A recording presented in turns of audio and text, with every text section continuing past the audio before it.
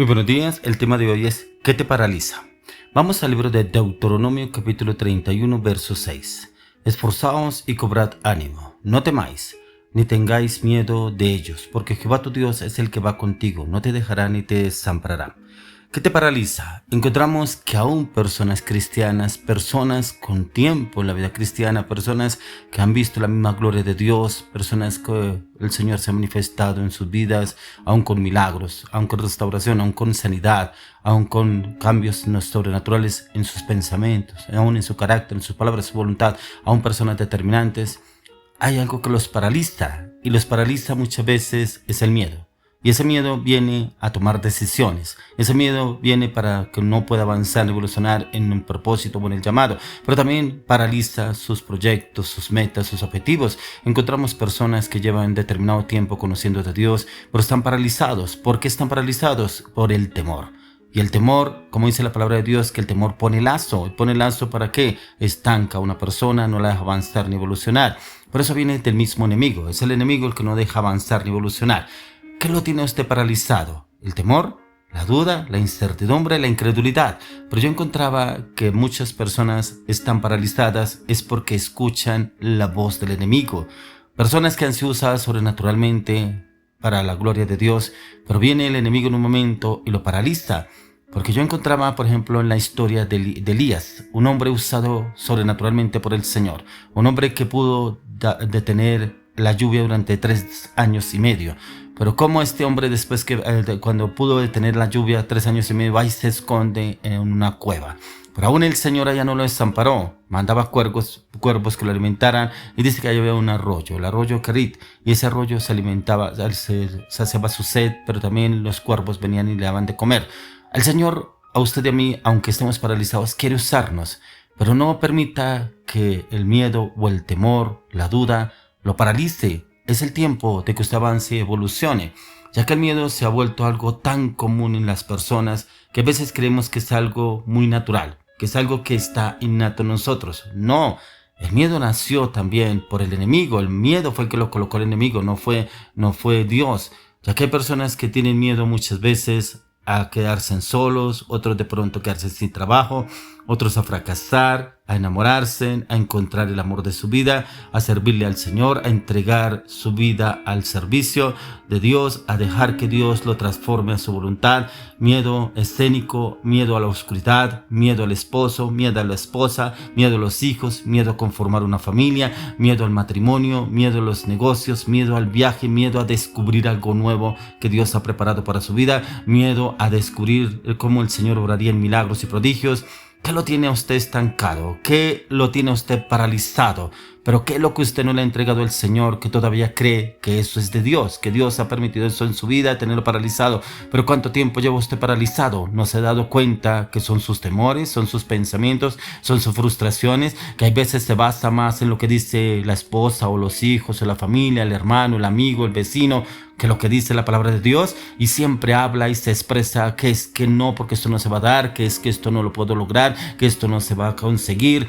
Tantas cosas que el enemigo lo tiene paralizado, pero siempre habla acorde a las circunstancias, siempre habla acorde al problema, siempre habla acorde a la dificultad. Venga, ¿por qué no habla acorde a la palabra? ¿Por qué no habla acorde a lo que el Señor le ha revelado a la luz de la palabra? ¿Será que usted es una persona que le gusta andar paralizada? ¿Es una persona que le cree más al enemigo que lo que Dios va a hacer en su vida? Ya que el miedo es tan antiguo como la raza humana y ha estado con cada uno de nosotros desde casi el principio. Y es porque Dios lo diseñó del original y no fue así. De hecho, el miedo no proviene del Señor, el miedo proviene directamente del enemigo. Es cuando el enemigo entra y obra en cada persona. Porque lo encontramos en el libro de Génesis capítulo 3, 8 al 11. Y oyeron la voz de Jehová Dios que se paseaba en el huerto al aire del día. Y el hombre y su mujer se escondieron de la presencia de Jehová Dios entre los árboles del huerto. Mas Jehová Dios llamó al hombre y le dijo: ¿Dónde estás tú? Y él respondió: Oí tu voz en el huerto y tuve miedo, porque estaba desnudo y me escondí. Dios le dijo: ¿Quién te enseñó que estabas desnudo? Tremendo como el enemigo les sembró la duda a Adán y a Eva. Cómo el enemigo los llevó al temor y a la duda, a la incertidumbre, pero al miedo.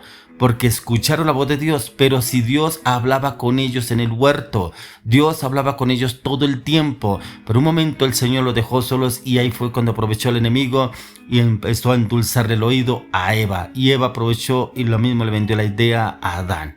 ¿Cuántas veces usted y yo nos descuidamos en la oración, en los ayunos, en la intercesión, en el clamor, en la meditación, en el estudio de la palabra, y viene el enemigo y nos encuentra distraídos y nos habla al oído, nos habla al corazón y nos vende la idea de que eso no se va a dar, ese negocio no se va a dar, ese proyecto no se va a dar, ese ministerio va a fracasar, ese liderazgo no es para usted, ese propósito no es de Dios? Así pasó con Adán y Eva. Vino el enemigo, los encontró distraídos y le vendió la idea a Eva.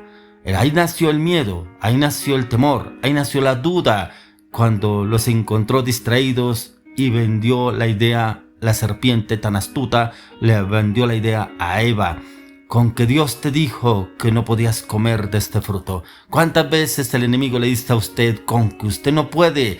Haga esto, haga lo otro, vaya mire pornografía, vaya y hable mal, vaya y critique, vaya y murmure, vaya y métase en ese negocio, vaya y métase en esa relación. Usted puede tener relaciones prematrimoniales, usted puede tener, como dicen algunos, ese arrocito en bajo y ahí puede hacer lo que usted quiera. Mentiras del diablo. Encontramos aquí la palabra que el enemigo es astuto. La palabra de Dios lo dice en Génesis capítulo 3, que la serpiente astuta endulzó el oído de Eva. ¿Por qué no entendemos y comprendemos que el diablo es astuto? ¿Por qué usted y yo no nos sometemos a la oración a la palabra? ¿Qué nos falta? ¿Qué más tenemos que vivir? ¿Qué circunstancia adversa, dificultad o problema, conflicto para entender que es el enemigo, no es Dios? Por eso, ¿qué te tiene a ti paralizado? ¿Qué es lo que te paraliza? ¿Qué es lo que no te deja avanzar ni evolucionar? Para que no puedas encontrar la victoria que Dios obró a través de su vida ya desde la antigüedad, ya que ahí mismo lo dice en Deuteronomio 31:6, dice: esforzaos y cobrad ánimo, no temáis ni tengas miedo de ellos, porque Jehová tu Dios es el que va contigo, no te dejará ni te desamparará. Si usted y yo tenemos puesta la confianza en el Señor, nada ni nadie nos podrá hacer daño. Así como Dios le dijo a Moisés: nada ni nadie te podrá hacer frente en todos los días de tu vida. Como estuve con Moisés, estaré contigo. El Señor lo acompañó en todo el proceso a Moisés, todo el proceso que tuvo que vivir para sacar el pueblo hebreo de Egipto, para enfrentarse a Faraón. Aún así, el Señor le dio esa fortaleza, esa vitalidad, esa confianza, esa certeza a Moisés. Pero también encontramos más adelante en Josué, el sucesor de Moisés. Como en el primer capítulo de Josué encontramos 3 veces el Señor dice a Josué: mira que te mando que te esfuerces y seas valiente. Pero a una parte importante, Josué 1:8 le dice: pero nunca se apartará de tu boca este libro de la ley, sino que de día y de noche meditarás en él para que todo te vaya bien. Aún así, Josué le creyó fue a Dios. Josué no le creyó a los gigantes porque no le creyó a las circunstancias, al problema, a la dificultad.